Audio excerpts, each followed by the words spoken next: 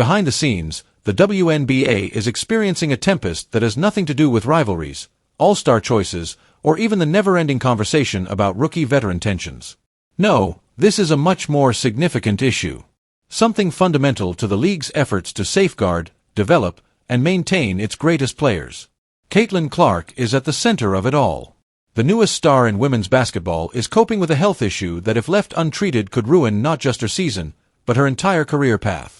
If you appreciate this content, consider giving this video a like and subscribing to the channel. Believe it or not, more than 83% of viewers haven't subscribed yet. It's free and only takes a second, but it means the world to us.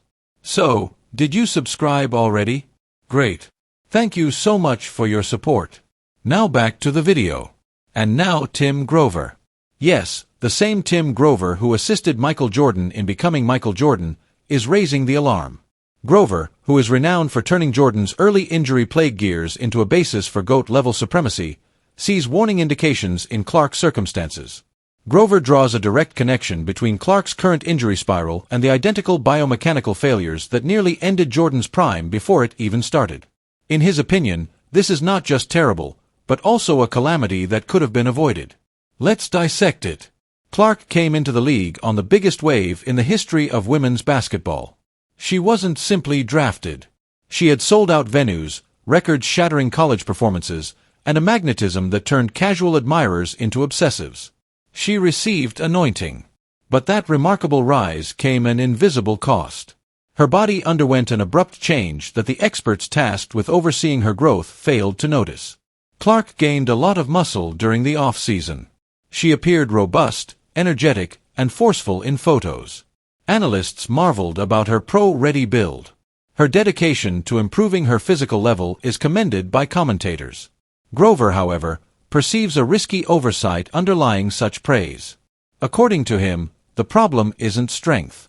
Sequencing is what it is. Clark put on muscle indeed. But did her fascia, joints, and nervous system all adapt at the same time? Did her movement habits change to accommodate the additional weight her body was now carrying? Strength is nothing in Grover's world if your body is unable to use it safely. And that's when the warning signs appear. This season, Clark has missed several games due to groin strains, quad soreness, and recurrent soft tissue issues that seem to go from one side of her body to the other. According to Grover, this is a classic compensating cycle and a telltale pattern. One side fails first, the other overcompensates, and then that side also fails. Repeat after rinsing. Additionally, the injuries will continue to occur, possibly getting worse each time until someone intervenes to adjust her biomechanics. Furthermore, Grover cautions that the majority of professional clubs, including what appears to be the Indiana Fever, are using a dangerously antiquated paradigm. The output is still the major focus. Stronger, quicker, and more explosive. However, few trainers are familiar with the human body's braking system. Instead of training deceleration, they train acceleration. And that's a serious weakness because careers terminate when there is no control over speed. On the court, Clark is a stop-and-go machine despite her flair, range, and vision. She frequently pulls up, pivots, shifts her center of gravity, and decelerates from full sprints. Additionally, her soft tissues, particularly those in the hips, quadriceps, and groin, will rip under strain if they aren't adjusted for that demand, and they have. Grover goes beyond biomechanics. He also calls into question the WNBA's injury management strategy, and to be honest, it doesn't look good. Reports state that Clark has already started looking for outside medical advice. That in and of itself is damning. It sends a strong message when a newbie searches for answers outside of her team. She has little faith in the system that surrounds her. Grover believes that system is reactive rather than proactive. In practice, players make adjustments. They put ice on it. Post-aim. Something hurts. They put it to rest. However, where is the proactive remedy? Where's the prehab? Where's the individualized motion analysis that identifies danger before becoming injury? That doesn't seem to be taking place. Rather, Clark is being handled in an antiquated manner. If something goes wrong, apply another ice pack and restart the process. Otherwise, patch it up, put her out there, and pray for the best. It's not only about Caitlin Clark, though. Grover's critique shows a bigger structural problem with how the WNBA treats its athletes. These are top performers, their occupations, or their bodies. They are being trained and handled like weekend warriors. Despite this, remember that early in his career, Michael Jordan likewise experienced problems with his ankle and groin. In addition, he had movement flaws, joint stiffness, and muscular imbalances that threatened to ruin his brilliance before it started. He had Tim Grover, a trainer who didn't give a damn about team politics or league regulations. A trainer who tore apart his movement from the inside out, rebuilt it, and constructed a sturdy engine that operated for years. Clark doesn't have that at the moment. What she has is a mounting list of injuries and a ticking clock. Then there's a ruckus coming from the locker area off the court that spreads to the reporters.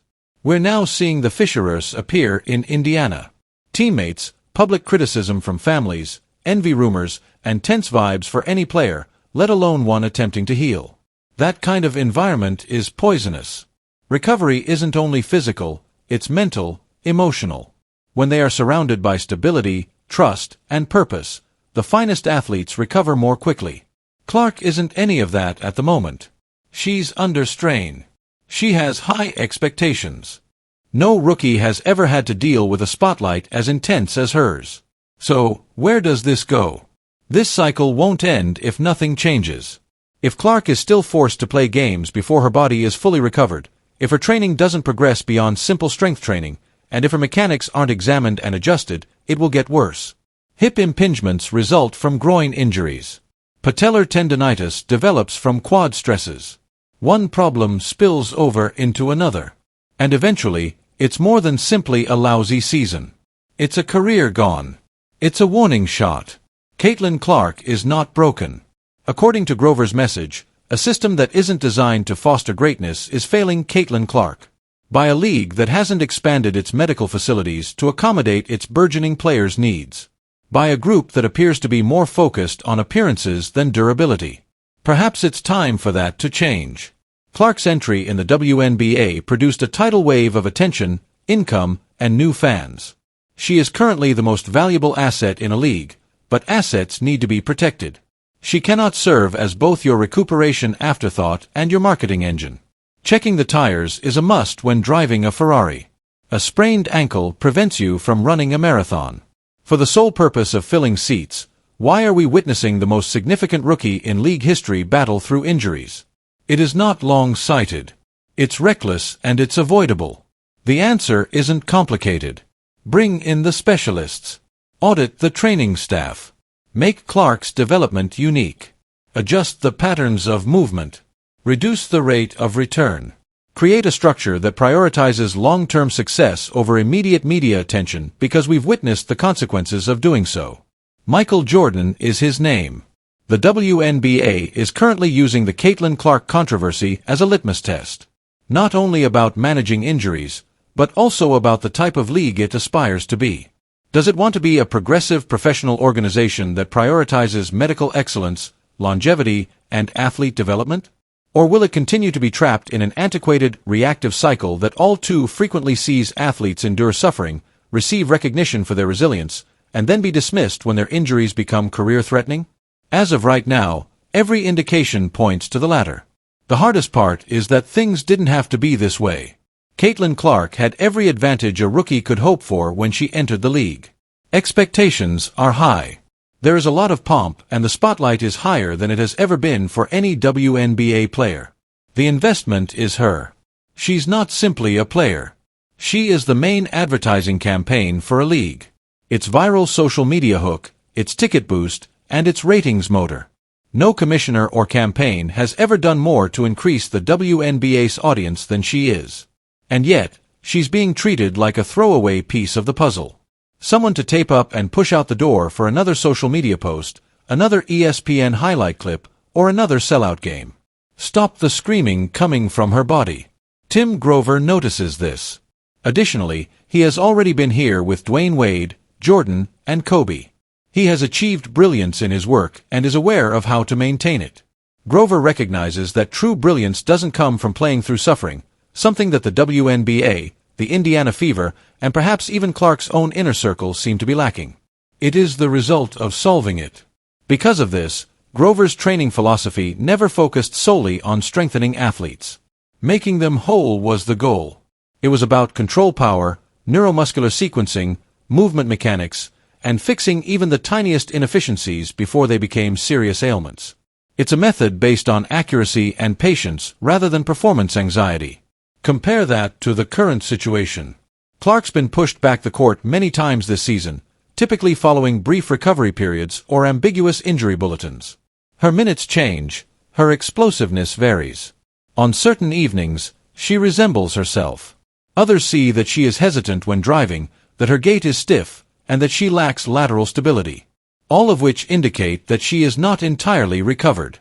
However, there are too many streaming partnerships, too many sold-out arenas, too much pressure, too much money at stake, and too many camera crews tracking her every step. Even if the parts are malfunctioning, the machine needs to continue operating. He adopted a long-term perspective. He didn't play all the way through. He received the proper rehabilitation. He shifted his gait, and in doing so he extended his prime years way beyond what everybody imagined. The same chance should be given to Caitlin Clark. Please share your thoughts in the comments section. Subscribe and enable all notifications so you don't miss anything. We'll see you in the next one after you click the video on the screen.